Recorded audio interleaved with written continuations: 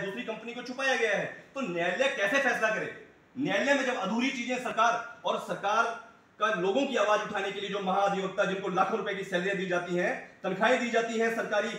लोगों को बचाने के लिए, बच्चों की आवाज उठाने के लिए, उन्होंने जब वहां मिसगाइड किया है, तो न्यायालय को अभी बताना चाहूंगा इस विषय में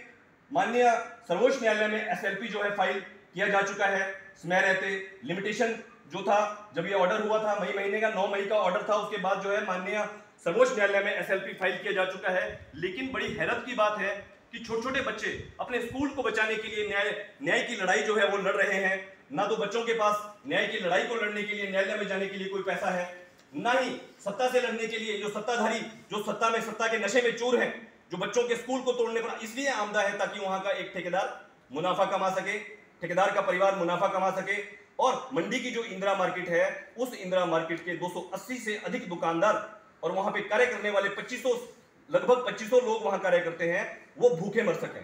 उनकी दुकानें बंद की जा सके, इसलिए एक नया शॉपिंग मॉल बनाया जा रहा है। लेकिन शॉपिंग मॉल भी बिल्कुल ठीक इसी तरह जिस प्रकार से Himachal Pradesh public service commission की कोई एडवर्टाइज नहीं किया गया, इसमें धांधली की गई, इसके अंदर बिल्कुल ठीक इसी तरह से ऐसी धांधलियां हिमाचल प्रदेश में पिछले 5 सालों में बहुत सी धांधलियां की गई हैं। मैं मीडिया के माध्यम से अपील करूंगा कि इस तरह के मामलों में ईडी इंक्वायरी, जिस प्रकार से माननीय प्रधानमंत्री नरेंद्र मोदी जी पूरे हिंदुस्तान के अंदर ईडी की इंक्वायरियां जो है करवा रहे हैं और भ्रष्टाचार में जितने भी नेता लिप्त हैं उनकी जांचें जो है चल रही हैं, इसी प्रकार की जांच एचपीएससी जो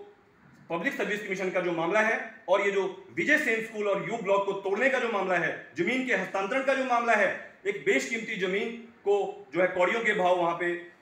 बिना बच्चों की शिक्षा का इंतजाम किए,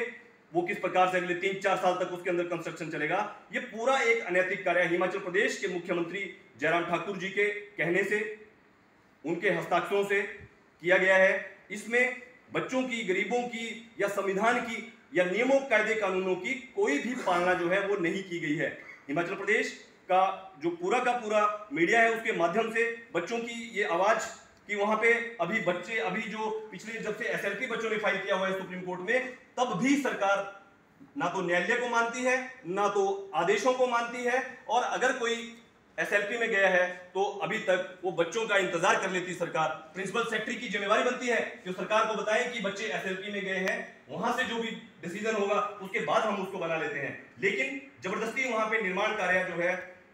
वो जारी किया जा चुका है और वो किया जा रहा है, क्योंकि अभी सर्वोच्च न्यायालय में मैटर जो है वो लिस्टेड होगा, लेकिन मैटर के लिस्टेड होने से पहले सरकार उसको बना देना चाहती है। हिमाचल प्रदेश उच्च न्यायालय में जब स्वतः संज्ञान चल रहा था तो उसमें वहां पे निर्माण कार्य चल रहा था, ताकि हिमाचल प्रदेश के न्यायालय का जो आदेश आएगा उस आदेशों की अवहेलना न्यायालय को बताया जा सके, हमने कार्य जो है कर दिया है। लेकिन मैं हिमाचल प्रदेश के मुख्यमंत्री जयराम ठाकुर जी को बताना चाहूंगा कि आप न्यायालय को कम ना समझें। हिमाचल और हिंदुस्तान के अंदर रूल ऑफ लॉ है, कानून की पालना आपको करनी पड़ेगी। एचपीएससी में भी जिस प्रकार से आपने रातों